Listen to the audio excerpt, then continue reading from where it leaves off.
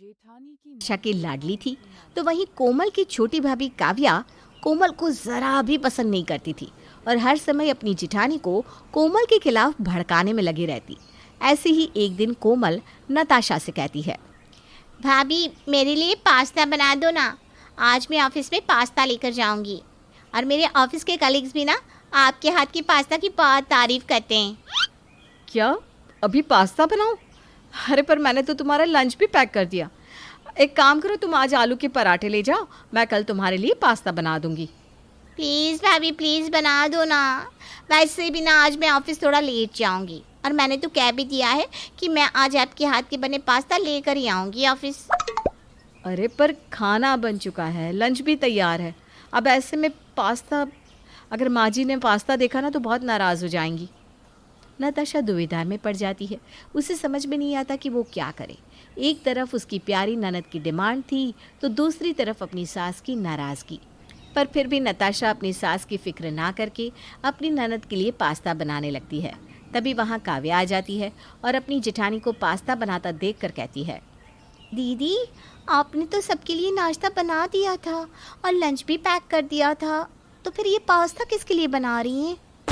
अरे काव्या, ये पास्ता मैं कोमल और उसके ऑफिस के दोस्तों के लिए बना रही हूँ, पर मुझे समझ में नहीं आ रहा अब खाने का क्या होगा। पर आज बहुत दिनों बाद कोमल ने मुझसे कहा तो मैं उसे मना भी नहीं कर पाई।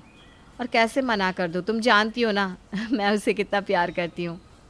दीदी ये सब आपके ही लाड प्यार का नतीजा है जो आज वो आपके सर पर बैठी है। ननद हमेशा ननद ही होती है, वो कभी आपकी बहन नहीं बन सकती। आप उसका कितना ही भला क्यों न चाहो पर वो हमेशा आपका बुरा ही चाहेगी। काव्या, तुम ऐसा क्यों बोल रही हो? कोमल ने कभी मेरा बुरा नहीं चाहा, वो मुझसे बहुत प्यार करती है और तुमसे भी। दीदी दीदी बहुत भोली हैं आप। ये सब एक दिखावा नाटक है, वरना आप खुद सोचिए ना, अगर वो आपसे इतना ही प्यार करती तो आपसे पास्ता बनाने की जिद नहीं करती। जबकि आप जानती है कि माँ जी को खाने की बर्बादी पसंद नहीं है। अगर माँ जी ने थोड़ा सा भी बचा हुआ खाना देख लिया और उन्हें पता चल गया कि घर में पास्ता बना था तो वो अपनी बेटी को तो कुछ नहीं कहेंगी, उल्टा आकर आपको ही खरी खोटी सुनाएंगी। काव्या अपनी जिठानी के कान भरने लगती है, पर नताशा काव्या की बातों पर जरा भी ध्यान नहीं देती और अपनी ननद के लिए पास्ता बनाकर उसे दे देती है। कुछ देर बाद आशा बाहर आती है और जब वो देखती है कि आज कोमल अपना लंच लेकर नहीं गई तो वो अपनी बड़ी बहू पर भड़कने लगती है और उसमें काव्या घी डालने का काम करती है। बहू, कोमल का लंच अब तक घर में ही रखा है, आज मेरी बेटी को तूने लंच नहीं दिया। बेचारी मेरी बेटी आज बिना लंच लिए ही ऑफिस चली गई। माँ जी ज़रूरी थोड़ी ना है कि हमेशा सारी गलती दीदी की ही हो। दीदी ने तो कोमल का लंच तैयार कर दिया था, लेकिन आपकी बेटी ही नहीं लेकर गई और दीदी ने तो बिगाड़ कर रखा है ननद जी को। ननद जी जो भी बोलती है दीदी फौरन बनाकर उनके सामने रख देती है। बड़ी बहू, छोटी बहू क्या सच कह रही है? अगर छोटी बहू सच कह रही है तो सच में तूने मेरी बेटी को बिगाड़ दिया है। तू उससे दूर ही रहे तो अच्छा होगा। जब से मेरी बेटी तेरी संगति में आई है घर में चेहरा नहीं दिखाती वो। आशा तो नताशा को भला बुरा कहकर चली जाती है। नताशा को अपनी सास की कही बातें बहुत बुरी लगती है, पर वो अपनी सास से कुछ नहीं कहती और चुपचाप अपने कमरे में बैठकर रोती है। शाम को जब कोमल आती है और वो अपनी भाभी को उदास दिखती है तो उसे भी बहुत बुरा लगता है। वो नताशा से कहती है, भाभी आज आप फिर से उदास हैं? इसका मतलब मेरी वजह से आज फिर माँ ने आपको खरी खोटी सुनाई। हो ना हो इन सब के पीछे ना छोटी भाभी का ही हाथ है। पता नहीं मुझसे इतना क्यों चिढ़ती है, हर समय आपके और माँ के कान भरती रहती हैं। कोमल, ऐसा कुछ भी नहीं है। काव्या अभी नादान है। अगर तुम उसे पसंद करोगी तो वो भी तुम्हें पसंद करेगी। तुम मुझे अपनी दोस्त मानती हो और उसे नहीं, शायद इसीलिए वो तुमसे जलती है। पर गलती तो तुम्हारी और मेरी भी है ना। खाना बनने के बाद भी तुम वो खाना लेकर नहीं गई और मैंने भी तुम्हारे लिए पास्ता बना दिया। नताशा की ये बात सुनकर कोमल चुप हो जाती है। वो भी अपनी भाभी के साथ उदास हो जाती है। अब इसी तरह से कुछ दिन बीत जाते हैं और एक दिन जब कोमल को सैलरी मिलती है तो वो घर वालों के लिए कोई ना कोई गिफ्ट लेकर आती है, पर अपनी छोटी भाभी के लिए कुछ भी नहीं लेकर आती, जिस पर काव्या कोमल को ताना देती है। कोमल, क्यों मुझे जलाने के लिए तुम अपना नुकसान करती हो?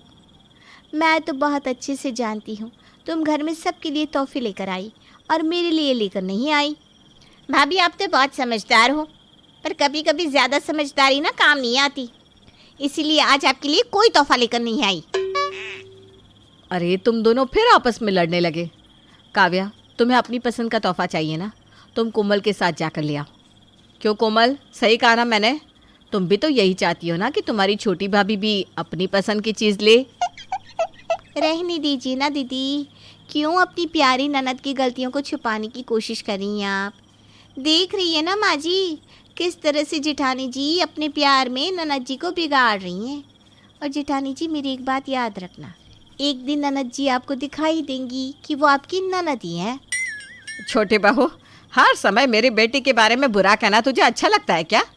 मैं देख रही हूँ तू हर समय बड़ी बहू के कान भरती है। अगर बड़ी बहू मेरी बेटी को ज़्यादा लाड़ प्यार करती है तो इसमें तुझे क्यों जलन होती है? और वैसे भी मुझे बड़ी बहू पर पूरा भरोसा है, वो मेरी बेटी को कभी नहीं बिगाड़ेगी। आज आशा अपनी छोटी बहू को डांट कर चली जाती है। अपनी सास की डांट खाने के बाद काव्या को और गुस्सा आता है और वो पैर पटकते हुए अपने कमरे में चली जाती है। ये देखकर कोमल को बहुत हंसी आती है। अब समय यूं ही बीतता है और इसी तरह से कुछ साल बीत जाते हैं और देखते ही देखते कोमल के लिए एक बहुत अच्छे घर से रिश्ता आता है। पर उस समय नताशा अपने मायके में होती है और कोमल का रिश्ता भी तय हो जाता है और ये खबर नताशा को कोई नहीं देता। और जब नताशा ससुराल आती है तो उसे पता चलता है कि अगले महीने उसकी ननद की सगाई है। बहू, कोमल के लिए अच्छा वाला लहंगा लेना, वो अपनी सगाई में जो पहनेगी। तेरा जो भी दिल करे तो वो खरीद लेना। क्या अगले महीने नताशा की सगाई है और मुझे घर में किसी ने कुछ बताया भी नहीं?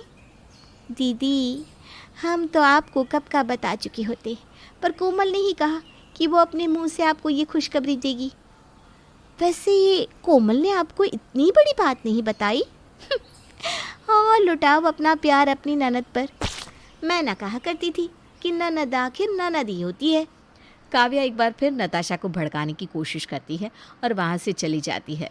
पर शाम को कोमल अपनी नताशा भाभी के लिए उनकी फेवरेट ड्रेस लेकर आती है, जो आज से कुछ महीने पहले नताशा ने एक मॉल में देखी थी। अब कोमल वो प्यारी सी ड्रेस अपनी भाभी को देते हुए अपने रिश्ते की खुशखबरी भी सुनाती है। अच्छा हुआ नताशा भाभी जो आप जल्दी आ गई। आपको पता है मैं कितनी बेसब्री से आपका इंतज़ार कर रही थी। ये देखो, मैं आपके लिए वही गाउन लेकर आई हूँ जो आपने उस दिन मॉल में पसंद किया था, और ये गाउन आप मेरी सगाई में पहनना। मेरा रिश्ता तय हो चुका है भाभी। मैंने सोचा था जब आप घर आओगी तो मैं आपको बहुत बड़ा सरप्राइज दूंगी, पर अचानक से घर आकर आपने ही मुझे सरप्राइज कर दिया।